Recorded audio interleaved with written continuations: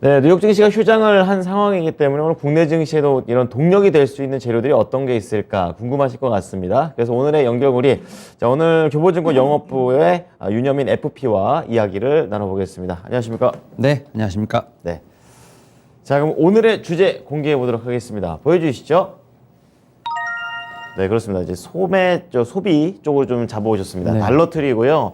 올해 1분기 역대 분기 최대 이익을 달성했다라는 내용입니다. 그러니까 이제 어느 정도 소비가 되고 있다로 해석을 해도 되는 건지 좀 세부적으로 좀 다뤄주십시오. 예, 일단은 지난주에 미국 증시가 사실 급등을 하면서 좀 마감을 했죠. 맞아요. 거기에 이제 중심에 섰던 게 소비, 그렇죠? 근데 이제 그 소비는 결국은 이제 고용에 대한 부분도 분명히 견조하기 때문이긴 합니다만, 아, 그렇게. 예, 물가가 올라감에도 네. 소비가 계속 이루어지고 있다. 저축은 하지 않고 소비를 하고 있다. 쓴다. 예, 이게 이제 경제적 측면에서 봤을 때는 어쨌든 돈의 선순환이 돈다라고 볼 수 있을 것 같은데, 그런 측면에서 우리나라에는 약간 좀 생소할 수도 있는데, 네. 이 달러트리라는 이제 그 스토어 브랜드가 있어요. 그러니까 1달러. 약간 달러. 우리나라로 따지면 다이소 같은 거예요? 그렇죠. 1,000원 뭐 이런 것처럼. 천원백화점. 네, 약간 예. 이런 1달러 이런 스토어인데, 싸게. 네, 현재 이제 북미 전역에 매장이 한 16,000개 정도 있고요. 많네요. 그다음에 그 전체 오프라인 유통 채널 중에서 인지도가 2위. 높네요. 네, 높습니다. 근데 이제 그 작년 11월부터 네. 인상을 시작했어요. 1달러에서 그 위로. 네, 1.25달러. 어쩔 수 없는 것 어쩔 같아요. 수 없이. 네, 없는 것 같아요. 예. 그래서 지금 보면 그렇게 실적이 나온 이후에 지금 확 갭상승을 하면서 확실히 좀 이게 주가가 떴는데 이렇게 이제 작년 11월부터 가격을 올리니까 네네. 아무래도 이 가격이 전가가 되는 거지 않습니까? 그렇죠. 한가에. 소비자들한테. 근데도 불구하고 매출액이 늘었다. 그러면 이제 그걸 어떻게 해석해야 되나요? 소비자들도 이제 오르는 물가에 적응을 했다. 뭐 이렇게 해야 되는 건지. 적응도 했고 예. 1달러에서 1.25달러는 뭐 그 정도까지 그 정도까지는 봐준다. 네, 약간 이런 느낌일 수도 있어요. 그래서 그렇군요. 컨센서스 대비했을 때 상당히 높은 매출액을 좀 기록을 했고, 일단 미국이 먼저 시작했잖아요. 코로나 때 네. 지원금을 상당히 많이 줬잖아요. 많이 쐈죠. 많이 줬죠. 거기에다가 그런 효과가 확실히 지금 나타나고 있는 것 같아요. 소비 쪽으로는. 특히 그러고 이렇게 어떤 뭐 대형 TV나 네. 뭐 이런 거보다도 이런 건 어떻게 보면은 약간 좀 소소한 소비다 보니까 네. 그러한 측면에서 지금 서프라이즈가 좀 나왔고, 이 시장 컨센서스를 분명히 상회를 했습니다. 그러니까 역대 분기 최대 이익 달성을 했어요. 그래서 그렇군요. 뭐 그런 측면에서 봤을 때 1분기에 서프라이즈가 났지만 이제 가이던스도 상향을 합니다. 그럼 앞으로도 좋다는 네. 거죠? 그러니까 그 이유는 고객 방문자 수가 좀 늘었다. 네네. 그리고 가격 인상을 통해서 가격 전가 효과가 확인이 됐다. 그리고 제품이 좀 믹스 개선이 됐다라고 얘기를 하는데, 여기서 말하는 건 이제 의약품, 네. 헬스케어 쪽에 좀 상품 매출이 좀 늘었다고 합니다. 거긴 약도 파나 봅니다. 네, 그러니까 예. 이제 코로나19로 인해서 예. 확실히 이제 상비약을 좀 그렇죠. 네. 구비하려는 좀 사람들이 좀 많아지다 보니까 네. 뭐 당연히 그렇게 된다고 볼 수 있을 것 같고, 이래서 이제 그러면서 이제 가이던스를 이제 그 실적 발표하면서 가이던스를 올렸을 때 또 네. 한 말이 있어요. 어떤 게 있나요?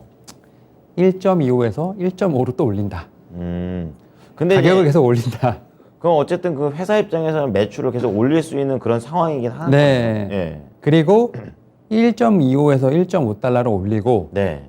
3달러에서 5달러대 상품을 많이 전시하겠다. 예.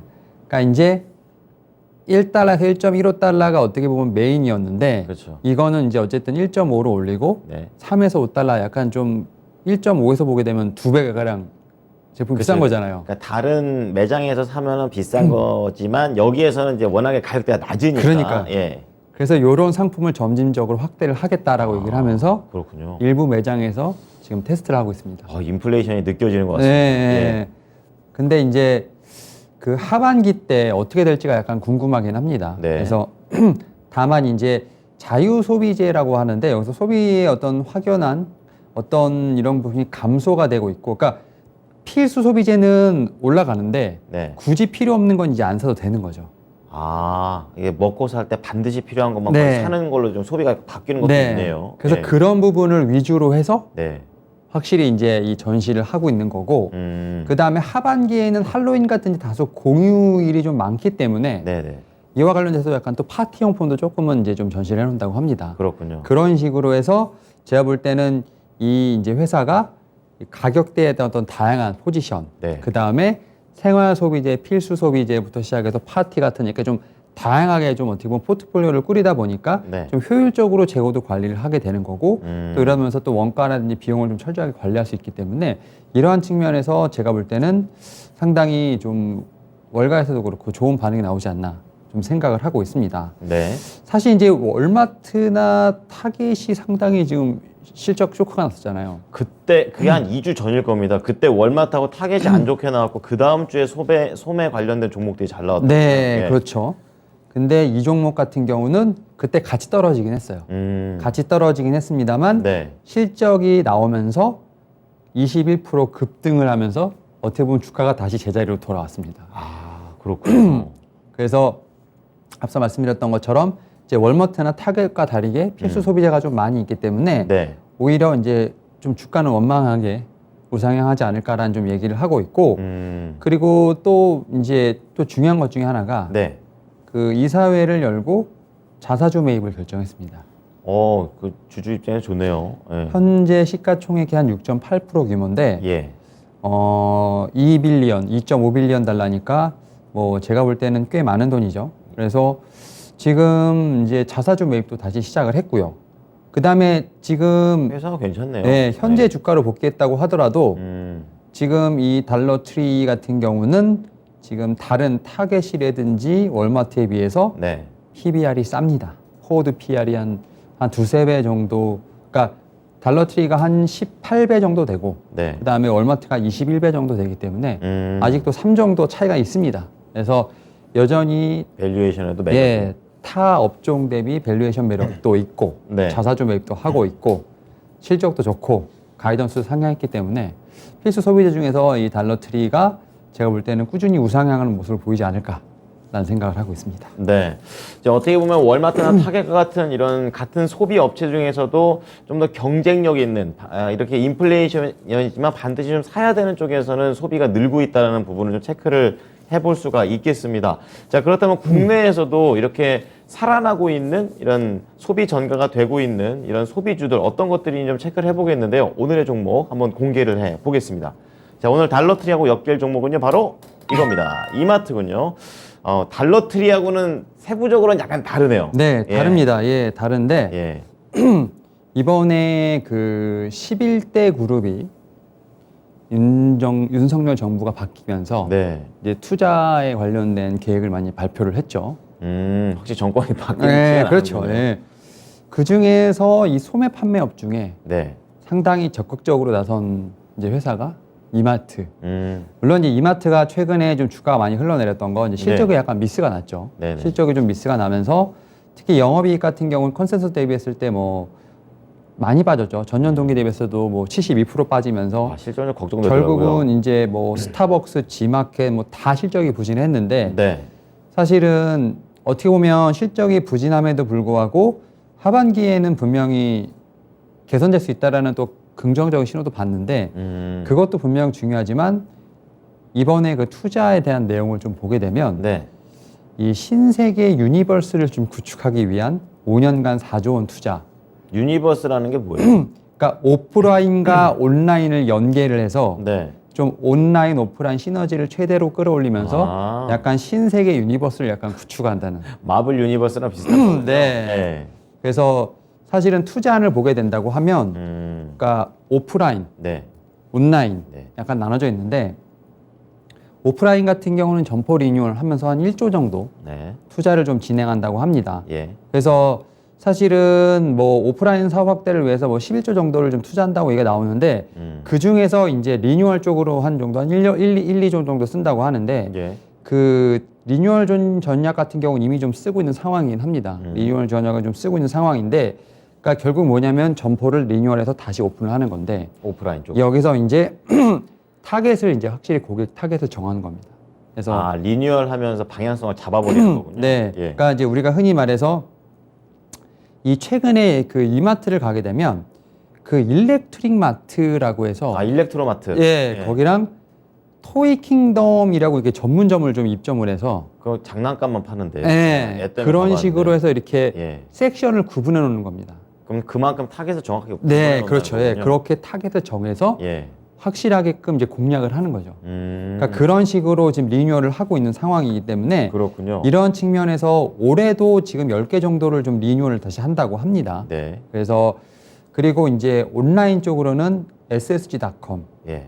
G마켓 글로벌 예. 여기를 이제 좀 멤버십을 좀 주축을 해서 투자를 확대한다고 합니다. 그게 지금 궁금한 게 온라인하고 오프라인 동시에 하는데 온라인 쪽에 좀 더 힘을 주는 겁니까? 그제 온라인 쪽에 예. 좀 힘을 더 주는 거죠. 그렇군요. 그래서 사실은 뭐 G마켓 글로벌 같은 경우는 멤버십을 좀 오픈을 해가지고 여기에 이제 좀 G마켓 옥션으로 가입한 통합 멤버십 일평균 가입자 수가 네. 전년 동기 대비 50% 늘었다고 합니다. 그러니까 약간 이런 것 같아요. 온라인으로 해서 이제 멤버십을 가입을 하게 되면 네. 뭐 이마트까지도 같이 좀 연결될 수 있게끔 약간 그런 식으로 편리하겠네요. 네, 그래서 약간 뭐 얘기는 이러더라고. 온라인 플랫폼에 뭐 신세계 에코시스템이 주축이 되는 어떤 통합 시스템 뭐 이런 쪽으로 해서 좋은 말은 다 갖다 붙여. 네, 그래서 제가 볼 때는 이런 측으로 해서 지금 온라인과 오프라인을 좀 합치려고 하는 좀 그런 모습이 좀 나오고 있다고 말씀드릴 수 있을 것 같고 네. 그런 측면에서 신세계는 좀 1분기에 좀 미스가 났지만 실적이 좀 미스가 났지만 2분기부터는 좀 어떤 정도 반등이 나올 수 있지 않을까 좀 생각을 하고 있고 네. 특히 이제 이런 뭐 스타컴이라고 ssg.com, 뭐 G마켓, 옥션 동시에 좀 멤버십 서비스를 좀 누릴 수 있고 거기에 또 이마트 오프라인까지 같이 붙이면서 네. 좀 그러한 측면에서 제가 볼 때는 좀 소비에 대한 유통에 대한 좀 부분을 좀 바꿀 수 있지 않나 좀 생각을 하고 있고 또 최근에 스타벅스가 뭐 지하철에 입점됐다는 얘기도 들으셨죠? 아니 처음 들어봤는데요.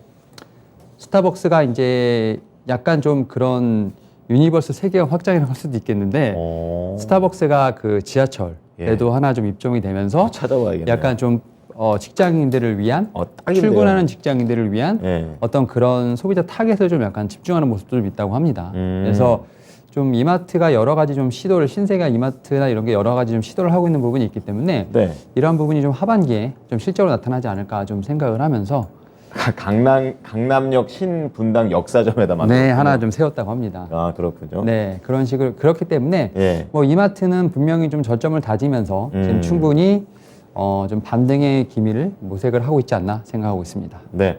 그러면 이렇게 이마트처럼 온오프라인으로 많이 투자가 들어가 있는 소비와 관련된 종목이 제일 유망하다고 보시는 겁니까? 아니면 다른 소비주들도 비슷한 관점으로 보십니까? 사실 저는 이제 소비주에 대해서는 이제 필수 소비자는 계속 우리가 사용을 합니다만 네네.